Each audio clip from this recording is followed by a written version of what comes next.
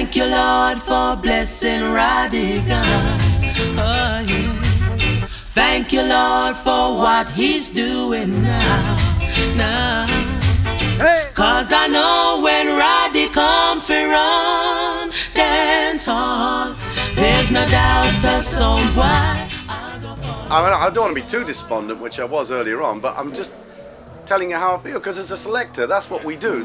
Selectors wait for music. We're like crackheads, you know, only worse, because we really have to have it.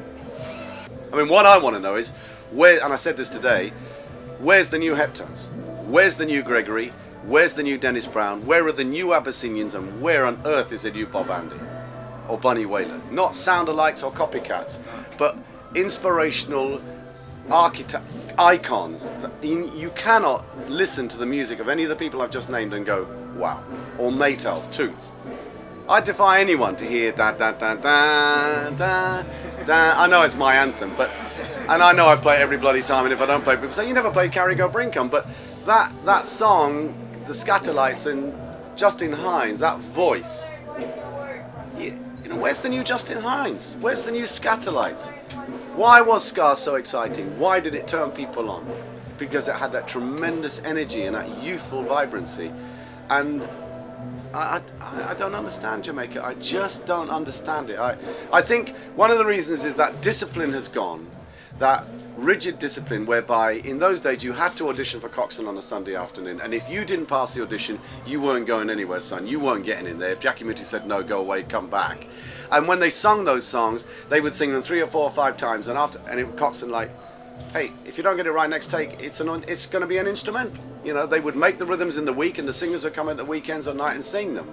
And it was that structure. You know, the fact that Dennis Brown, I did this interview with Bunny Lee last week because there's this new Delroy Wilson album, which is being remixed by Jammies, and Delroy Wilson said, do you know, Bunny, because I'm a big fan of Delroy Wilson, die hard. I mean, Delroy Wilson was just the most amazing singer.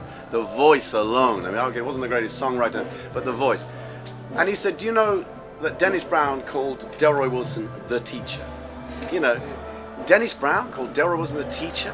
But that's to show you the depth of the music in those days, that they came every day like they did at Motown, you know, Motor City, and worked on those rhythms and structured those rhythms. And that's gone. It's like you can do a tune over one rhythm that somebody knocks out. Right down the road, the Rodigan lock and load. Dog playing some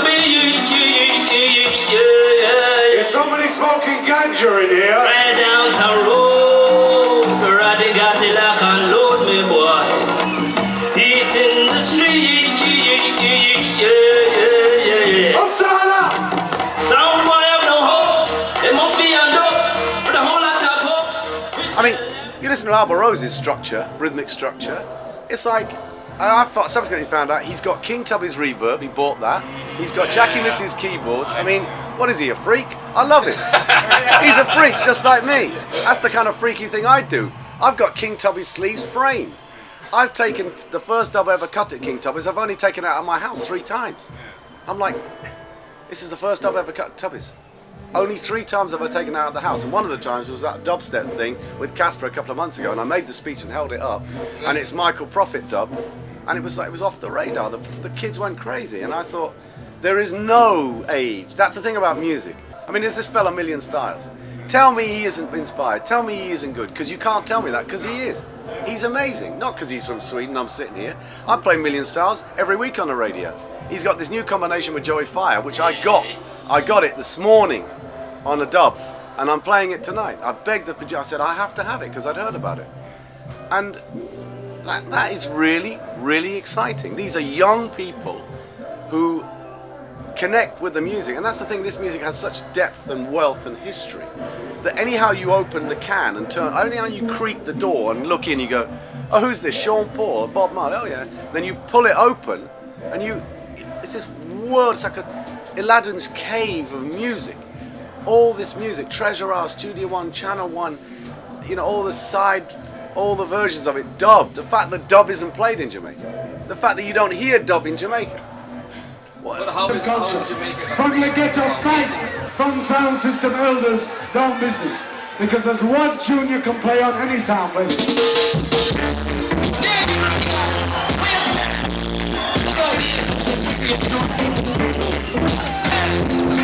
you know.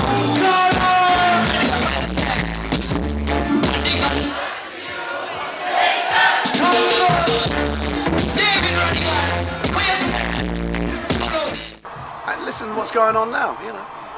I mean, most of the kids in that audience weren't even born when that man's father was mashing it up. I saw the Wailers in a pub in 1973 on the Fulham Palace Road. A pub where you drink pints of Guinness. It was the first show that the Wailers ever did in England, and it was at the Greyhound pub on Fulham Palace Road. They were there. You couldn't see them, you just heard, and you heard them. I heard the voice of the Rasta, and they're on the floor of the pub with the Barrett brothers on drum and bass and Wyalindo, you know. And when I came out, I was like trying to get backstage, I forget it, and I was walking down Fulham Palace Road and I saw this big cloud of smoke clear from a doorway, and on the end of it was Bob Marley on a spliff. And I met Bob Marley in a doorway on Fulham Palace Road. He shook off my hand and I shook off his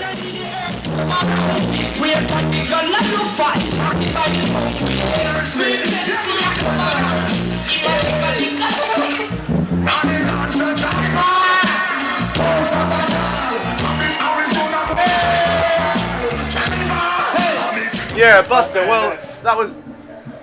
I mean, I was very fortunate there. He voiced two specials for me. One is Ghost Dance, which I very rarely play. And the other one is Hard Man for Dead. And, well, I'd known him for many years, and I did a special on him on the radio, and I played him from day one. And one day I bucked up the courage to ask him. And he said, I don't do specials. I said, well, I got my answer. And he said, but I'll do two for you. I fell over. I said, what? And that was it. He did it in... It was a gift. Phyllis Dillon was the same. You know, people said, oh, Phyllis Dillon will not. Tyrone Evans wouldn't voice. First special he ever voiced was for me, and Phyllis Dillon said, I don't do them. I said, well, okay. And she said, well, all right, what do you want? I said, One Life to Live. She said, all right. So I built the rhythms and flew them to New York, and I was very fortunate. Yeah, I mean, the one person I really wanted a dub from was Bob Andy, and he said point blank, I don't do dubs. Desmond Dekker, I never asked him because I didn't want to embarrass him, but he never did dubs. Point blank. And Bob Andy said, I don't do dubs. Then one night I was clashing, I got set up in Boston. I turned up for this show, and I walked in, the place was packed, Clash. I said, I wasn't booked for a Clash, I was booked for this sound from Milwaukee called Cataract. They had all these dubs, and they knew I was a Bob Andy fanatic. And right near the end, in the 1-for-1, oh, we got something for you, Rodigan. Bob Andy and Marcia Griffiths. I was like, you can't have that. You can't have that. That's impossible. And they played Always Together. And I was like, I said, Bob. He went, I know, don't worry. I'll do one for you. And then he decided he would do them, and I don't blame him, because what he's realised is it brings him to a new audience. But I do think it's important, and I'd like to say this for people who are reading and listening, is that this dubplate thing is slightly out of hand, because if you're a selector, it really doesn't matter that much, you know, because I started with a box of 45s, you know, and any good selector will manage perfectly well with records, you know. It's not how many dubs you got with your name in, it's can you read an audience and can you play for them and can you make it work? That's what it's about. Not, oh, you know, got more dubs than you. Have you really? So what? You know, because you can give 10 records to one selector and 10 records to another selector. One selector will turn the house upside down and the other selector will send everyone to sleep with the same box of records. You know what I mean? It's that thing of what you do with what you've got. I mean, some of the biggest forwards that I get in dances are from vintage, you know, Desmond Dekker records and stuff that I just know are electrifying pieces of music. And they don't have my name in it. In fact, I've got dubs with my name in it. I don't even play them. I play the 45s because the 45s are better. Oh, you got that undub? I said, yeah, why don't you play it? I said, because it's not as good as the 45. So I'll play the 45. Oh, but if I had the dub, I'd play it with my name in it. Wrong. You know, if the dub isn't better, then don't play it. It's a gamble. You throw your dice, you might get a good special, or you might not. And if it's not, then you just don't play it. In my opinion. I've got 4 minutes before I'm on. This is a real